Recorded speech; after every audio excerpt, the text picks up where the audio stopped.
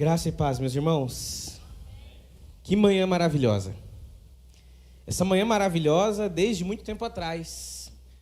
Há muito tempo atrás, numa manhã como essa, nossos corações deveriam estar entristecidos, mas recebemos a notícia mais animadora de todas. A notícia de que o nosso Deus está vivo. Essa é a grande diferença entre nós e outros religiosos. É que nós cremos num Deus que não morreu. O nosso símbolo maior não tem uma tumba. O nosso símbolo maior está vivo.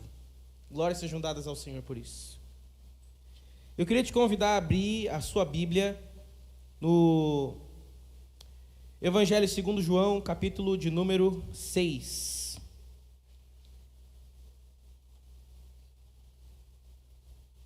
João, capítulo de número 6.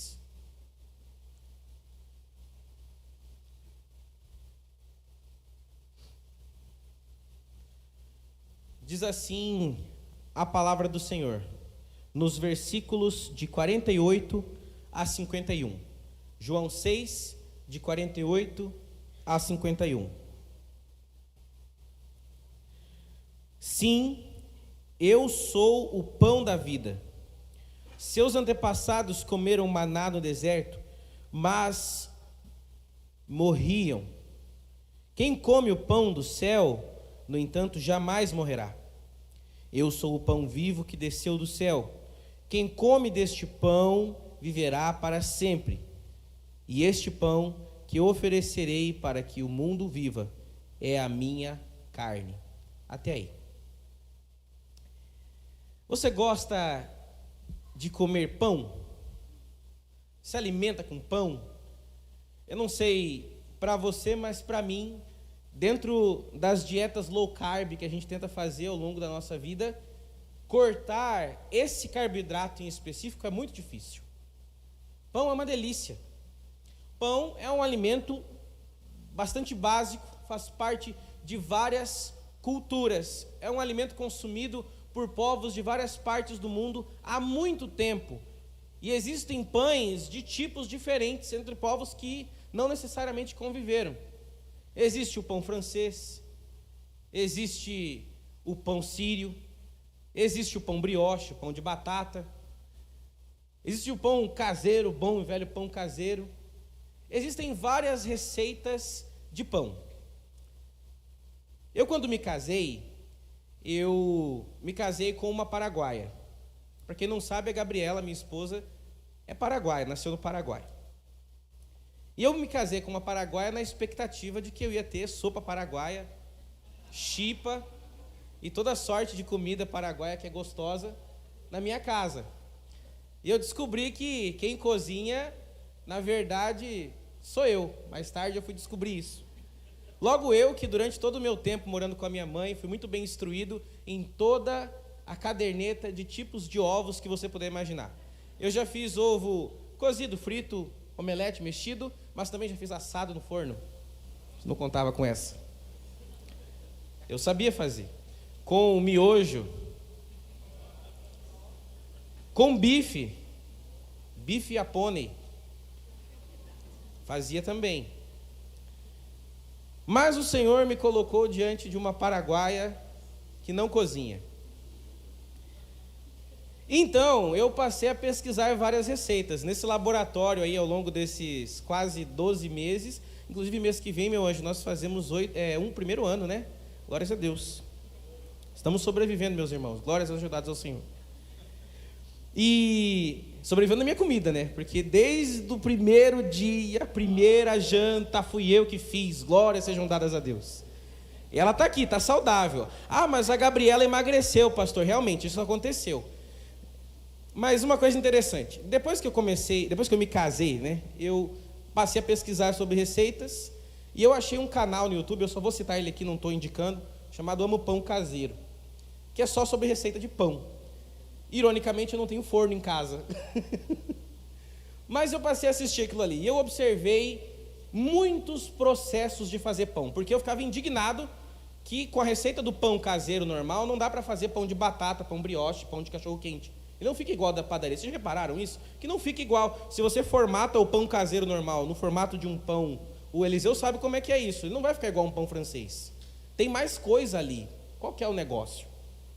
Mas os pães, de modo geral, passam por um processo que me chama bastante atenção. Eles são uma junção de uma série de ingredientes, de certa forma básicos, que várias culturas têm acesso. E nessa mistura existe um processo de sova. Eu aprendi com o meu amigo Rodrigo Fernandes que sovar é muito importante. A sova faz parte de um processo onde o pão também vai construir, olha só a cultura aqui, a rede de glúten. E ele vai se tornar aquele pão fofinho. Então ele tem que sovar bastante. E tem algumas receitas que esse processo é diferente. Exige um outro tipo de formato para que você consiga dar tamanho para aquele pão. Mas o pão, de modo geral, vai precisar de uma sova. A sova é um processo onde você esfola, onde você exercita, onde você estressa a massa do pão, a fim de gerar unidade entre os ingredientes. Esse processo é comum a todas as culturas que fabricam o pão, desde o pão sem fermento até o pão de cachorro-quente da padaria que a gente compra hoje em dia. Todos esses processos mostram que os ingredientes passam por um grande processo de feitura, que, diga-se de passagem, é bem estressante também para cada um desses ingredientes. O ovo é quebrado, deixa de se tornar um pintinho, a água misturada com a farinha, que deixa de fazer parte do trigo, que deixa de ser uma planta, que deixa de espalhar as suas sementes e gerar mais trigo. Tudo isso para se tornar alimento. Esse alimento básico de todas essas culturas que a gente pode imaginar não deixava de fazer parte da cultura dos hebreus que a gente acompanha nas Escrituras. O pão é básico do dia a dia e acompanha tantas outras comidas que são periféricas, que ele se torna um símbolo daquilo que é alimento básico. Quando se fala de forma simbólica sobre comida, falamos do pão. Precisamos do pão de cada dia, precisamos prover o pão para a nossa casa, temos que ter pelo menos um pão para nos alimentar. Aquele homem trabalha para levar pão para sua casa. O pão se torna a expressão do que é básico para a subsistência. E é exatamente sobre esse elemento extremamente comum, corriqueiro, com um processo artesanal bastante usual, que Jesus se compara. Na verdade, ele faz a comparação com um outro pão, com um pão que foi mandado do céu. Mas Jesus diferencia o pão que ele se propõe a ser e o pão que desceu dos céus no milagre com Moisés. Existem dois tipos de alimento, de pão, que a gente pode observar aqui no texto. O primeiro deles é o pão que funciona como alimento físico. Deus supre as necessidades do nosso aqui e agora. Talvez você, desde que se converteu, ou até antes disso, tenha experimentado momentos de provisão sobrenatural da parte do Senhor. São inúmeras as histórias, se dessemos o microfone aqui, de pessoas que não tinham nada naquele mês e no último instante o Senhor proveu. São inúmeras as histórias onde não haviam perspectivas, mas o Senhor proveu no aqui e no agora. Quantas são as histórias onde o pão não nos falta, onde o básico não nos falta? O Senhor tem um comprometimento muito grande com aquilo que é essencial. E quantas são as histórias em que o Senhor tem nos favorecido? Você consegue elencar na sua mente quantas vezes o Senhor proveu na sua vida? Não faltou do alimento, não faltou do sustento, não faltou da companhia, não faltou da comunhão, não faltou da palavra.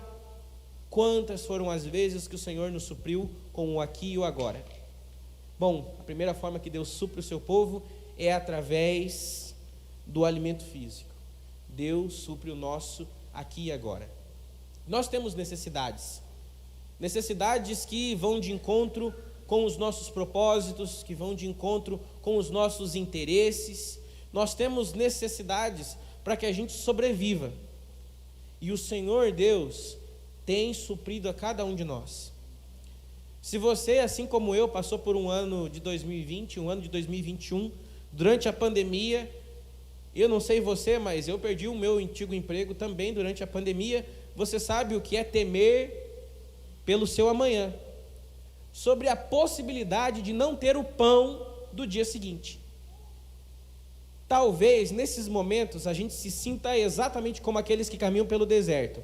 Nós temos o pão agora, mas e amanhã? Nós saímos de um lugar onde era garantido que pelo trabalho nós teremos o pão, mas agora nós estamos em uma jornada que não me garante o pão, mas Ele me diz: confia que amanhã vai ter. Para momentos assim, nós experimentamos do pão físico. O Senhor supre o nosso aqui e o nosso agora.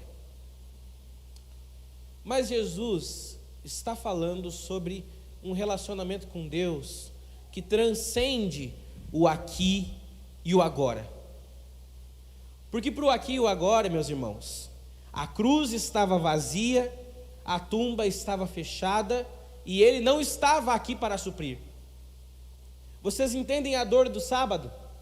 A dor do sábado é a dor da agonia de quem não sabe se amanhã haverá provisão, por mais que as palavras tenham sido ditas.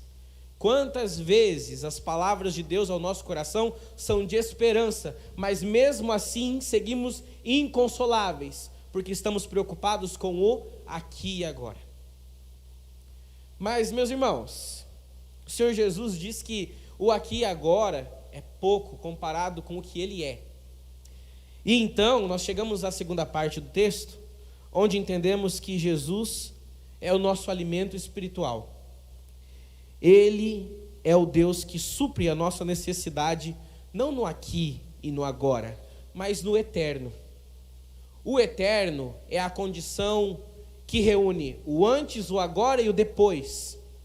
Infinitamente, o Senhor nos supre de forma completa. O que eu quero dizer com isso, meu irmão, é que o nosso Deus é poderoso para suprir as suas necessidades do aqui e o agora.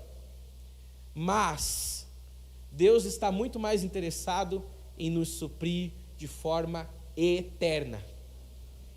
E essa é a melhor notícia. Quando Jesus diz que Ele é o alimento vivo que desceu do céu, e que aquele que se alimentar dele jamais terá fome, está dizendo que o aqui e o agora jamais podem tirar os nossos olhos da eternidade. O aqui e o agora jamais podem nos desesperançar, porque em Deus nós temos um alimento que nos mantém de pé eternamente. Aí você me diz, qual é esse alimento? A grande característica desse alimento que nós recebemos e que Deus planta em nós é um projeto de vida além das necessidades do aqui e agora. A comunhão da igreja e a mesa do Senhor é onde se reúnem aqueles que não enxergam só o aqui e agora. Nós nos reunimos aqui porque temos a esperança no amanhã. Temos a esperança no Deus que está conosco, mas ainda não. Num Deus que está em comunhão conosco, mas um dia experimentaremos de uma comunhão plena. Um dia veremos com os olhos o que hoje percebemos em parte. Deus resolve a nossa sede eterna, sede de sentido, sede de propósito, de pertencimento, de amor e de comunhão. Deus resolve a nossa vida nos dando um alimento que não esgota, que não enjoa, que não estraga. Jesus não acaba, Jesus não cansa, Jesus não perde a validade. Jesus é o mesmo ontem, hoje e eternamente.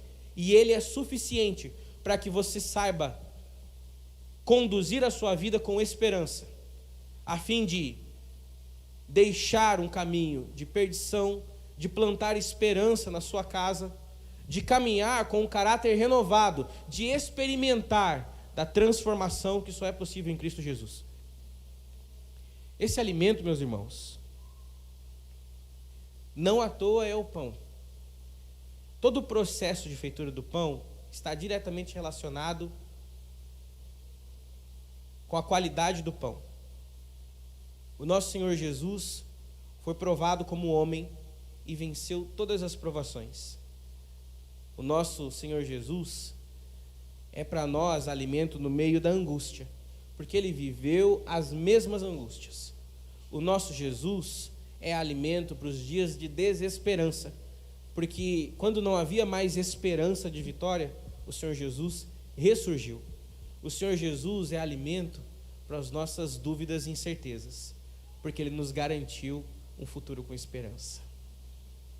Se hoje nós nos reunimos aqui, é porque recebemos desse alimento. Eu queria concluir a primeira mensagem dessa manhã te convidando a orar exatamente sobre esse momento. A gente, por algum estigma, categoriza, talvez de forma involuntária, isso nunca é dito, são ideias não escritas, mas nós categorizamos os elementos da ceia. O pão é menos importante do que o vinho tem um símbolo maior, mas o símbolo completo não está só no vinho e não está só no pão.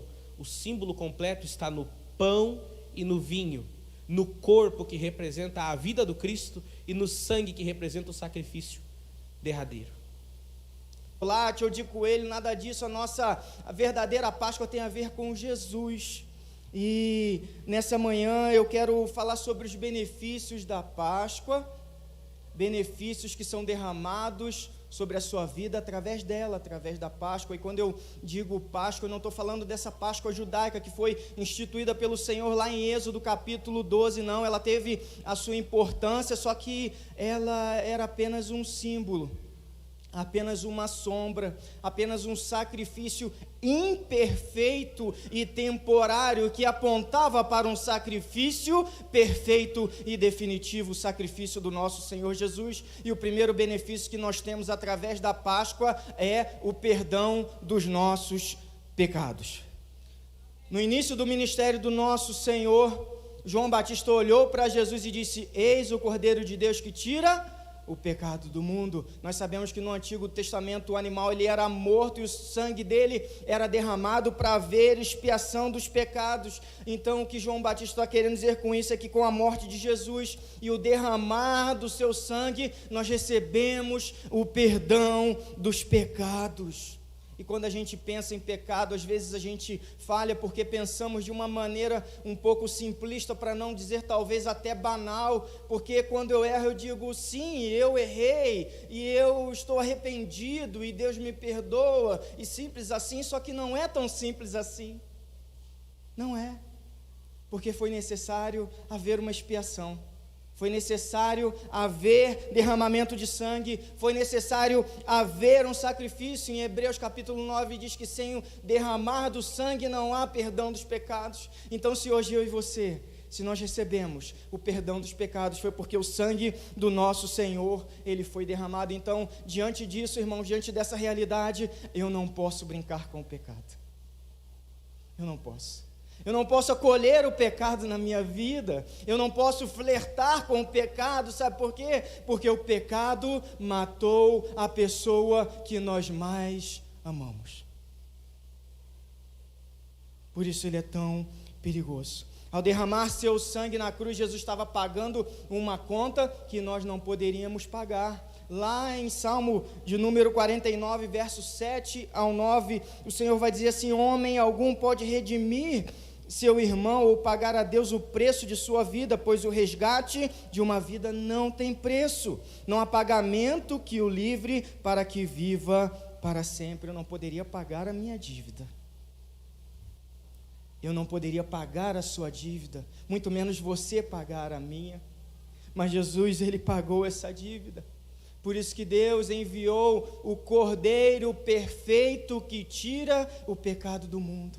Ele veio em perfeição, irmãos. Ele veio imaculado, ele nasceu e foi gerado sem pecado, ele viveu sem pecado, ele morreu sem pecado para que os nossos pecados fossem perdoados. Esse é o primeiro benefício da Páscoa. Mas nós recebemos mais da Páscoa. Nós recebemos vida.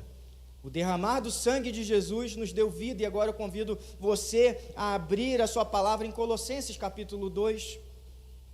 Colossenses 2, a partir do verso de número 13.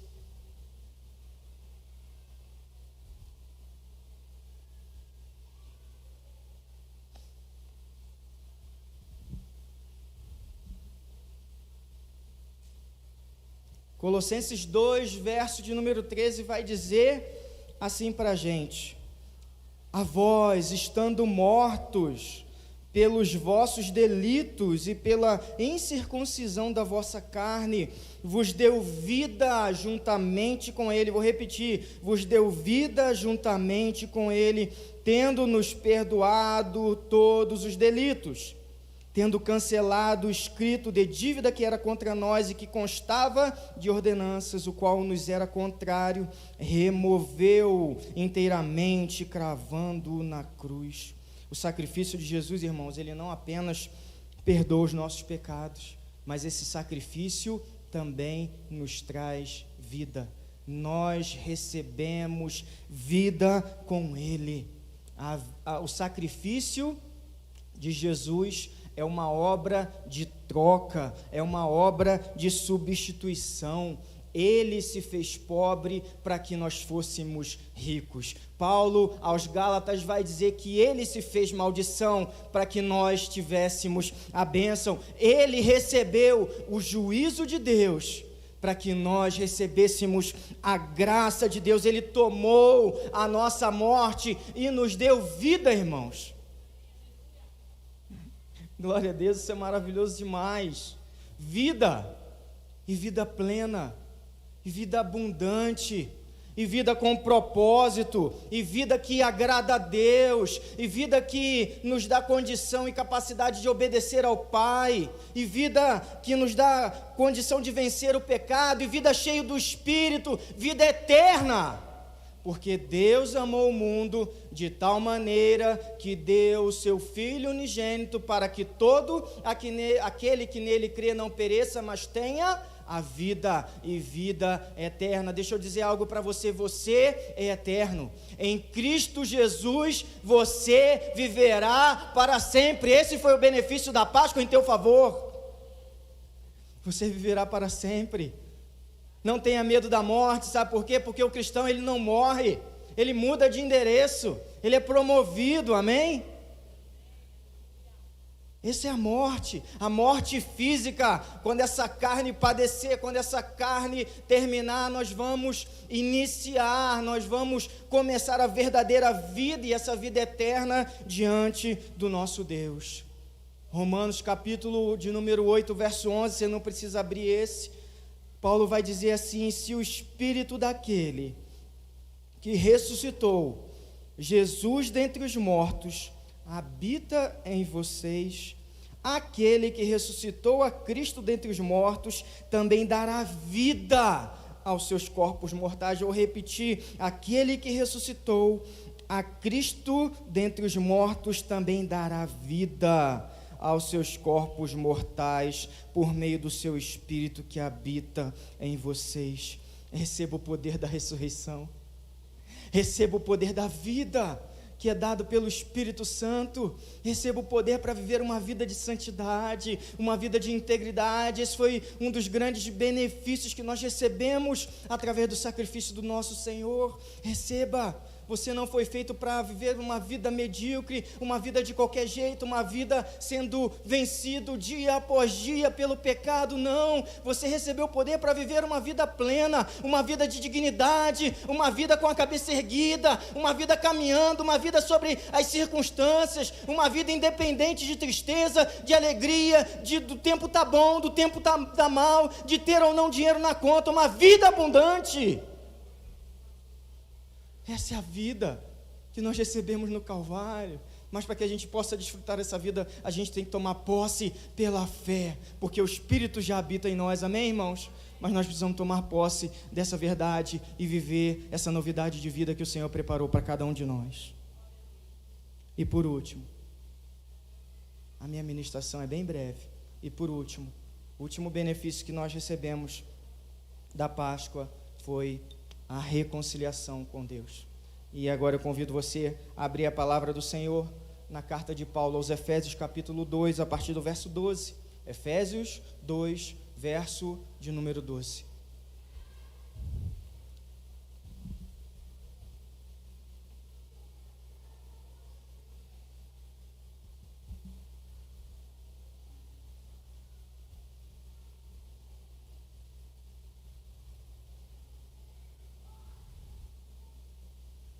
A palavra vai dizer assim: naquela época, vocês estavam sem Cristo, separados da comunidade de Israel, sendo estrangeiros quanto às alianças da promessa, sem esperança e sem Deus no mundo. Mas agora em Cristo Jesus, aleluia, aleluia, vocês que antes estavam longe, foram aproximados mediante o sangue de Cristo.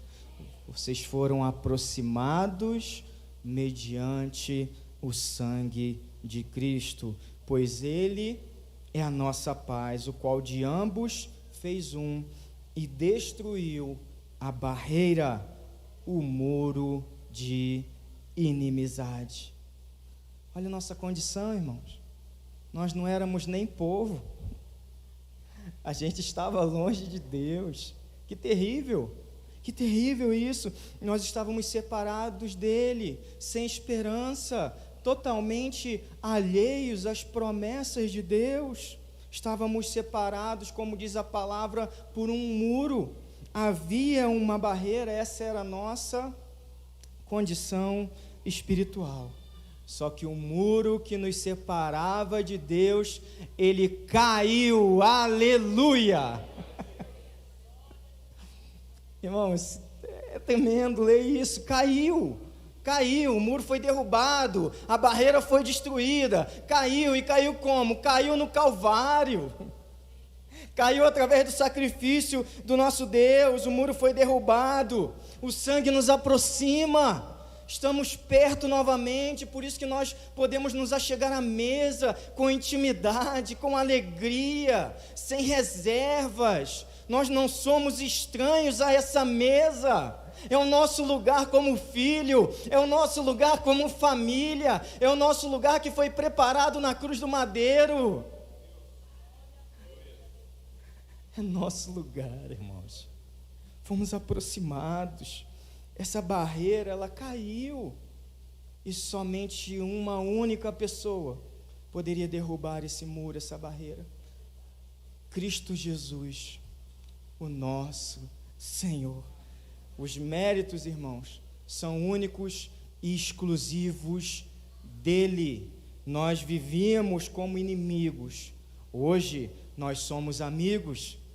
Nós vivíamos sem Deus, hoje nós vivemos com Deus e para Deus. Antes nós guerreávamos com o Senhor, hoje nós temos a paz com o nosso Deus. Nós vivíamos longe, mas pelo sangue do Cordeiro nós fomos aproximados